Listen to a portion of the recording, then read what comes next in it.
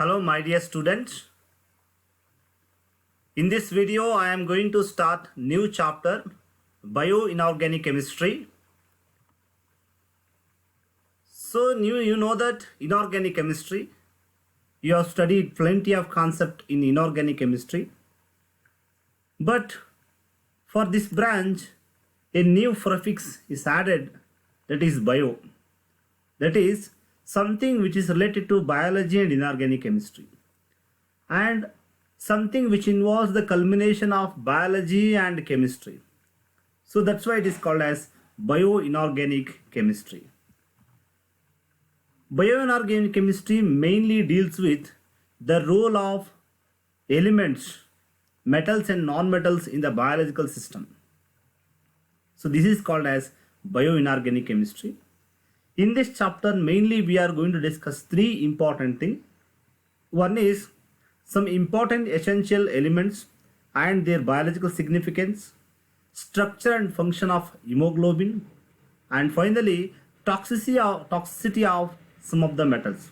These are the three important concepts we are going to discuss in this chapter.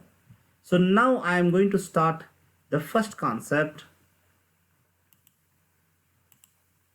by essential elements and their biological importance. So before going to that, you must know the new subject. I think the bioinorganic chemistry, which is the phenomena of bioinorganic chemistry, which is taken place in our atmosphere and in our body in daily life, but we are not aware of it. But now in this chapter we are going to discuss the things which is happening around us and which is happening inside our body. Such phenomena we are going to discuss. So bioinorganic chemistry. So this branch is going to connect biology and chemistry, biology and inorganic chemistry. That is, so in the daily life we are dealing with the metals. We know the applications of metals. So metals find its application in the various fields due to its mechanical strength, due to its conductivity, malleability, and due to various properties of metals. They find beautiful application in the daily life. But now you have to start to think that the roles of metals in the living system, in plants, in animals.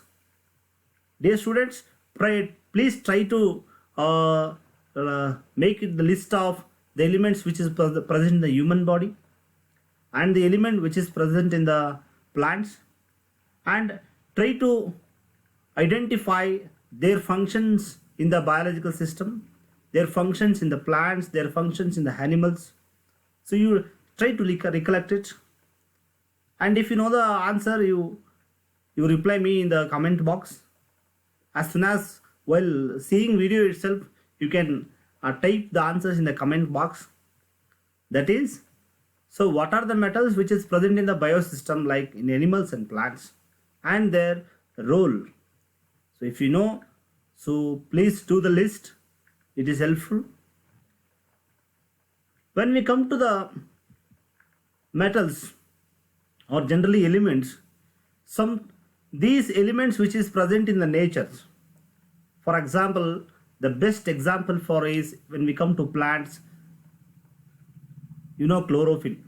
Chlorophyll is the essential component which is present in the leaves.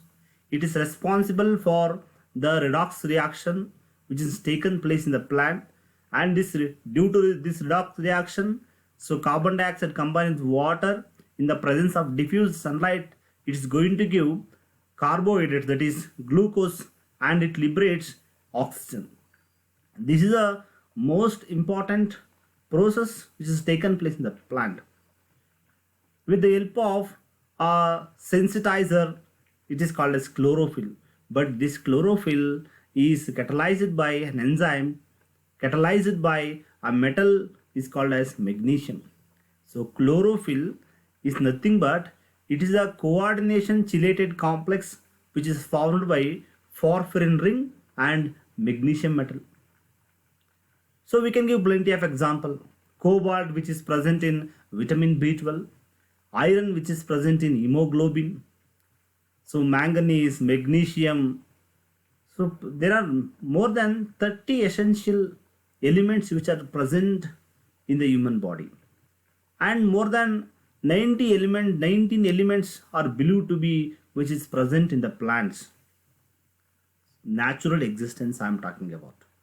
When we come to the artificial existence of metals in the human body, in the daily life we are consuming medicines to perform specific biological functions, to overcome nutrient deficiency, or to overcome from the disease. We are going to consume medicines.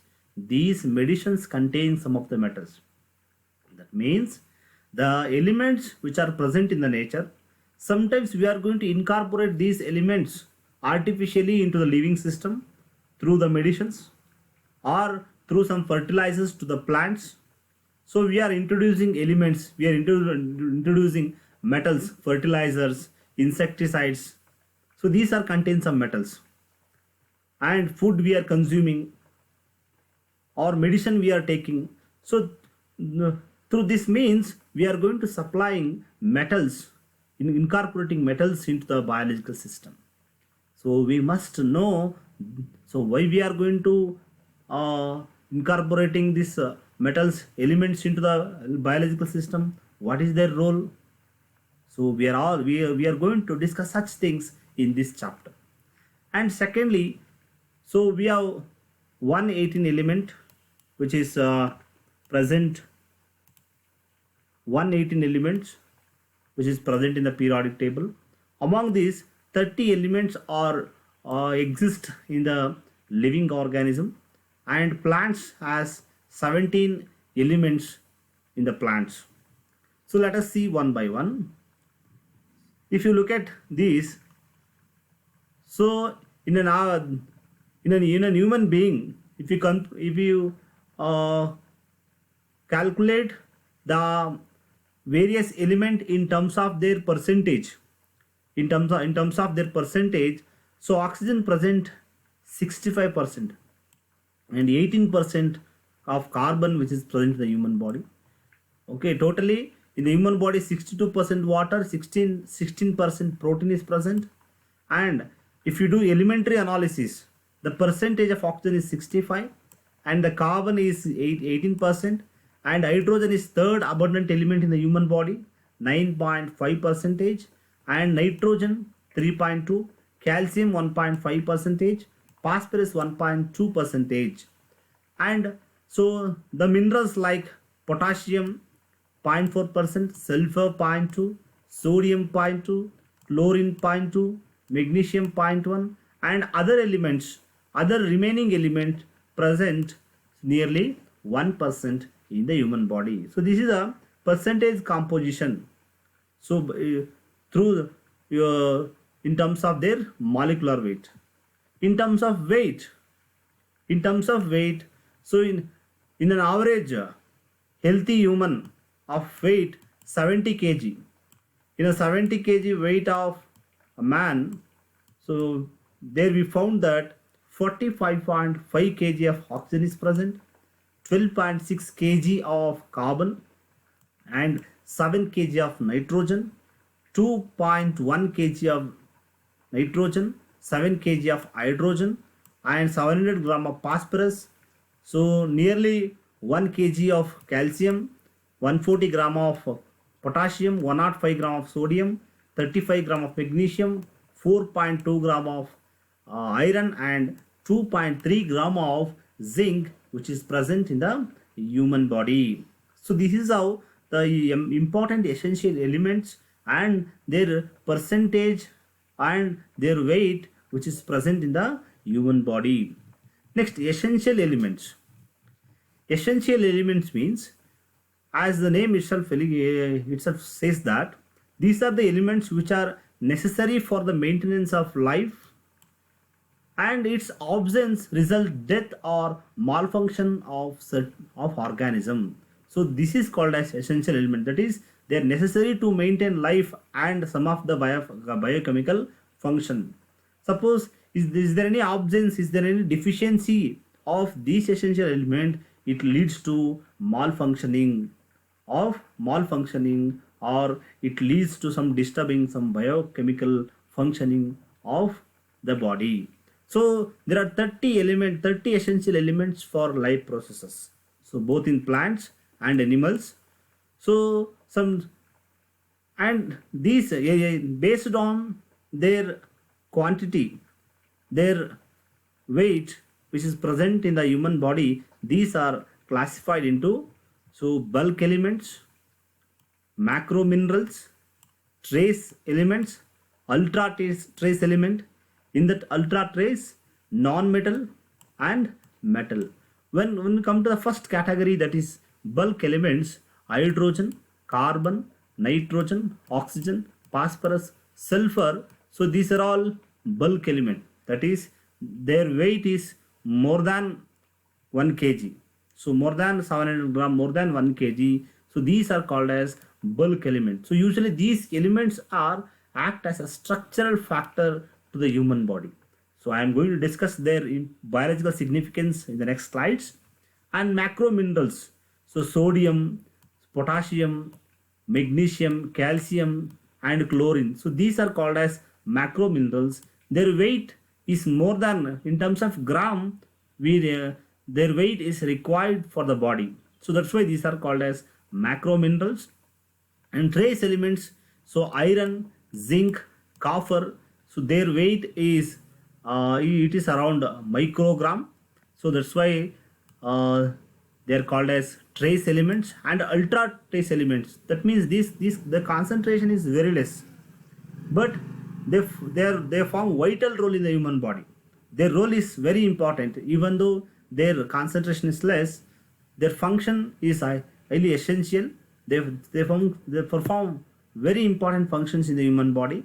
So in ultra trace category, there are two. One is non-metals and metals. In non-metals, fluorine, iodine, selenium, silicon, arsenic, and boron.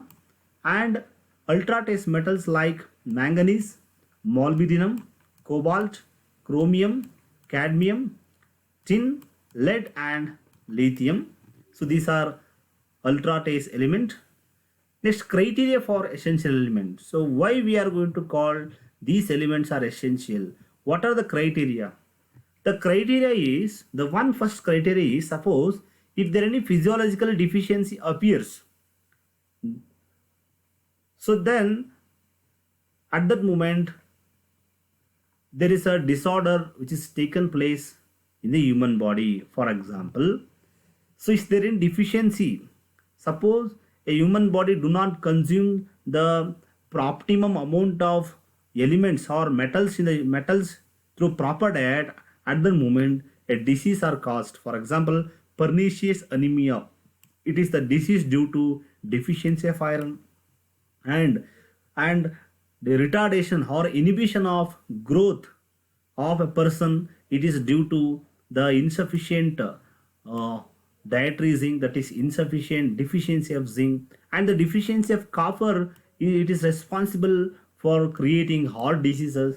So these elements are called essential. That means their absence leads to create the problem in the human body, and the deficiency can be relieved. Suppose if the deficiency can be relieved by introducing these elements through proper diet. For example, nowadays the doctors are going to advise to take zinc containing foods, or this zincoate syrup, because this zincoate syrup increases the immunity in the body.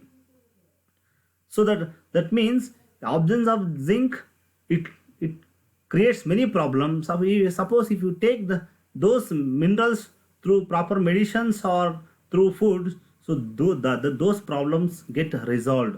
That is the one of the criteria. And second one is, they perform specific biological functions in the body. For example, carboxypeptidase, carboxylic anhydrase, carbonic anhydrase, it's an enzyme. It perform so decarboxylation, that is it perform, that is in our body the carbon dioxide is generated in the metabolism in mitochondria. So this enzyme is helpful to transport this carbon dioxide from cells to lungs. Then from the lungs